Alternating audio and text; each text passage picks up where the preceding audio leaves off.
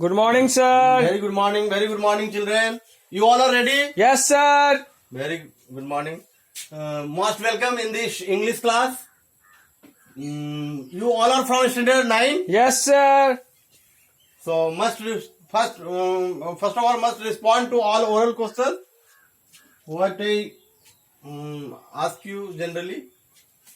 What date is today? 4th of June 2020. Good. 4th of June 2020. Right. Which day is today? Thursday, Good. To which class you all belong? 9. Standard 9.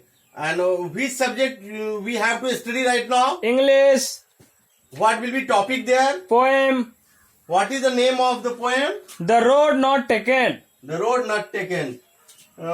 Who has composed this very poem? By Robert Frost.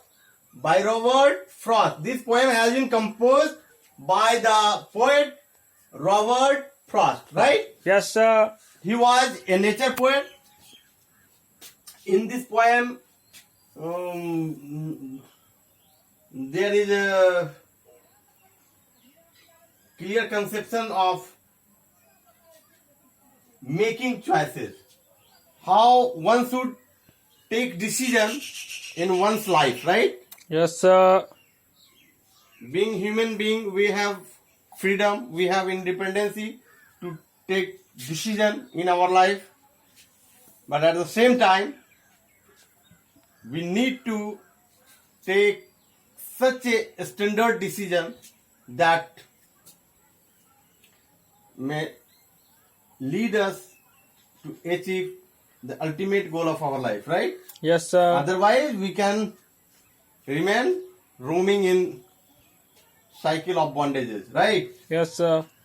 So today we have to answer the successive questions. You all are ready? Yes, You sir. all have pen and paper? Yes, sir. Just watch on blackboard, listen carefully, and then note down it after my instruction, right? Yes, sir. Second question is discuss what these phrases mean to us. First phrase is a yellow wood. Second phrase is it was grassy and wanted wear. Third phrase is the passing there. Fourth phrase is leaves no step had trodden black. And fifth phrase is how way leads on to way. Excuse me, sir. Yes. What is the meaning of phrase yellow wood? Very good, very good. It is the first phrase of question number second.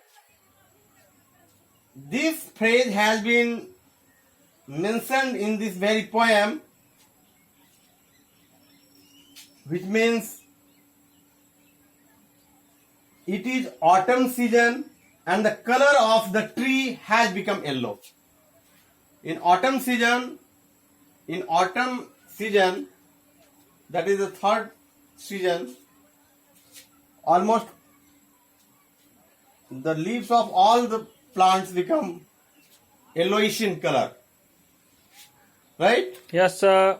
So because of the presence of autumn season, the poet has used the word yellow wood. Understanding? Yes, sir. In Hindi, you can also understand it.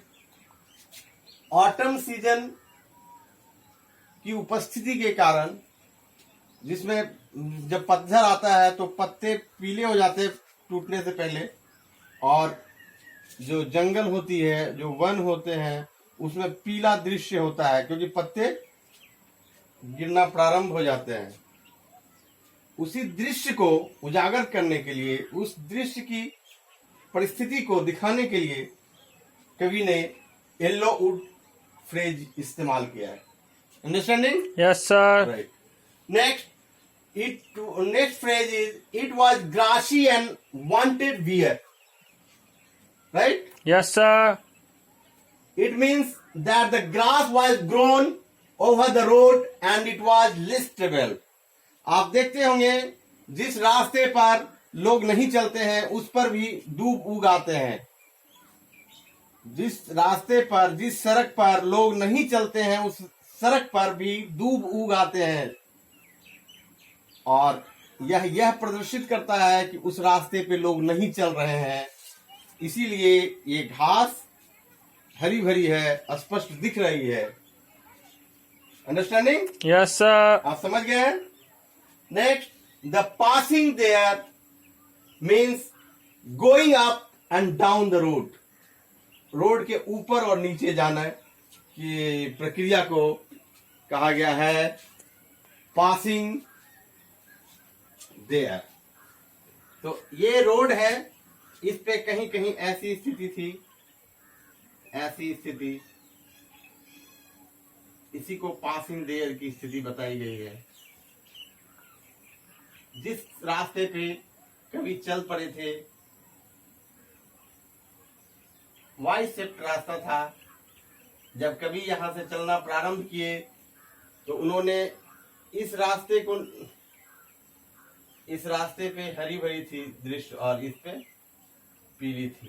तो इन्होंने जिस रास्ते का चयन किया वो रास्ता थोड़ा लंबा पड़ा और यहाँ से फिर कभी को यहाँ रिटर्न आने का समय नहीं मिला, क्योंकि जीवन के बहुमूल्य समय गुजर चुके थे। इसी बात को स्पष्ट करने के लिए कवि ने द पासिंग देयर फ्रेज का यूज किया है। That means passing there means going up and down the road. सड़क पे ऊपर नीचे चढ़ने उतरने की प्रक्रिया को दर्शाया गया है इस फ्रेज के माध्यम से। Next phrase is leaves no step had trodden black. इस मुहावरे का, इस फ्रेज का अर्थ है, it means that the leaves were not crushed under foot. जो दूब थे वो लोगों के पांव द्वारा कुचले नहीं गए थे, बिल्कुल हरे भरे थे। अर्थात जिस सड़क पर लोग नहीं चल रहे थे और दूब उग आई थी, वो किसी व्यक्ति के द्वारा या किसी जीव के द्वारा कुचले नहीं गए थे। इस बात को अभिव्यक्त करने के लिए कवि ने ये फ्रेज यूज किया है, leaves no step had trodden black. Next, how way Leeds on to way. हाउ वे लीड्स ऑन टू वे का अर्थ है, it means that one road leads someone to the other end there is no turning back. ऐसा रास्ता था जो दूसरे रास्ते की ओर जा तो रहा था, लेकिन वहां से टर्निंग पॉइंट नहीं था। अब जैसे यहां से ये कभी आ जाते हैं तो यहां से फिर यहां आने का कोई रास्ता न था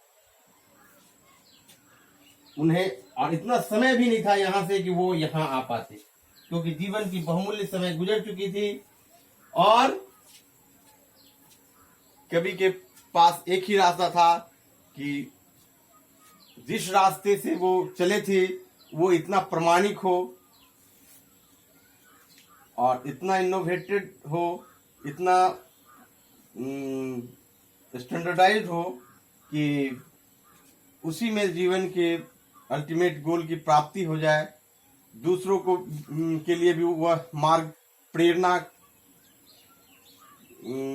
बन सके, ऐसा कवि का भावना है। और उन्होंने कहा है कि this poem clarifies it well that human beings have inborn propensity to have choices. These choices shapes human life. हमारी जो चॉइस है, हमारे जो निर्णय हैं, हमारी जो पसंदगी हैं, ये हमारे जीवन को शेप करते हैं, जीवन को ढालते हैं। अब ये हमारे ऊपर है कि हम जो निर्णय लेते हैं वो कितने प्रामाणिक हैं और कितने हितकारी हैं। इन बातों की हमें ध्यान रखकर जीवन में कोई डिसीजन लेना चाहिए, कोई किसी चीज की पसंद करनी चाहिए, ऐसा प्रतिबल इस कविता में दिया गया है। ऐसा ना हो कि जिस रास्ते का हमने चयन कर लिया वो हमारे लिए अकुशल हो, इस बात का ध्यान रखना चाहिए। जैसे कोई व्यक्ति, कोई छात्र आर्ट विषय में बहुत अच्छा है, आर्ट विषय में उन्हें डिस्टिंक्शन आता है, लेकिन उनके पड़ोस के बच्चे ने साइंस पढ़ना शुरू किया तो उसकी नकल करके वो भी साइंस में एडमिशन ले लेते हैं, साइंस स्ट्रीम में, और पता चलता है कुछ दिन बाद वो अच्छा नहीं करते हैं।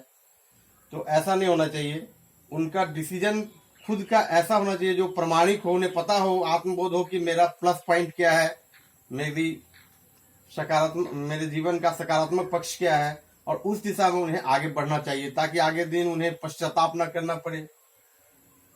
कवि रॉबर्ट फ्रोस्ट ने इस बात पे काफी प्रतिबल दिया है कि आपके निर्णय आपको, आपके जीवन को एक शेप देते हैं, उसे सुसज्जित करते हैं, उसे आकृति प्रदान करते हैं। इसलिए कोई भी निर्णय लेने से पहले आप अवश्य सोचें, अवश्य समझें, अवश्य चिंतन करें, ताकि आपके जीवन का अल्टीमेट गोल सुगमता से प्राप्त हो सके। ऐसी भावना इसमें परिलक्षित है। इन फ्रेजेस को आप डायरी में नोट करेंगे, इनका प्रयोग वाक्यों में करेंगे और बारी बारी से चेक कराएंगे ताकि आने वाले यूनिट टेस्ट में आप अधिकाधिक प्राप्तांक ला सकें। Thank you very much. See you in next class with new topic. Hoping the best. Thank you very much.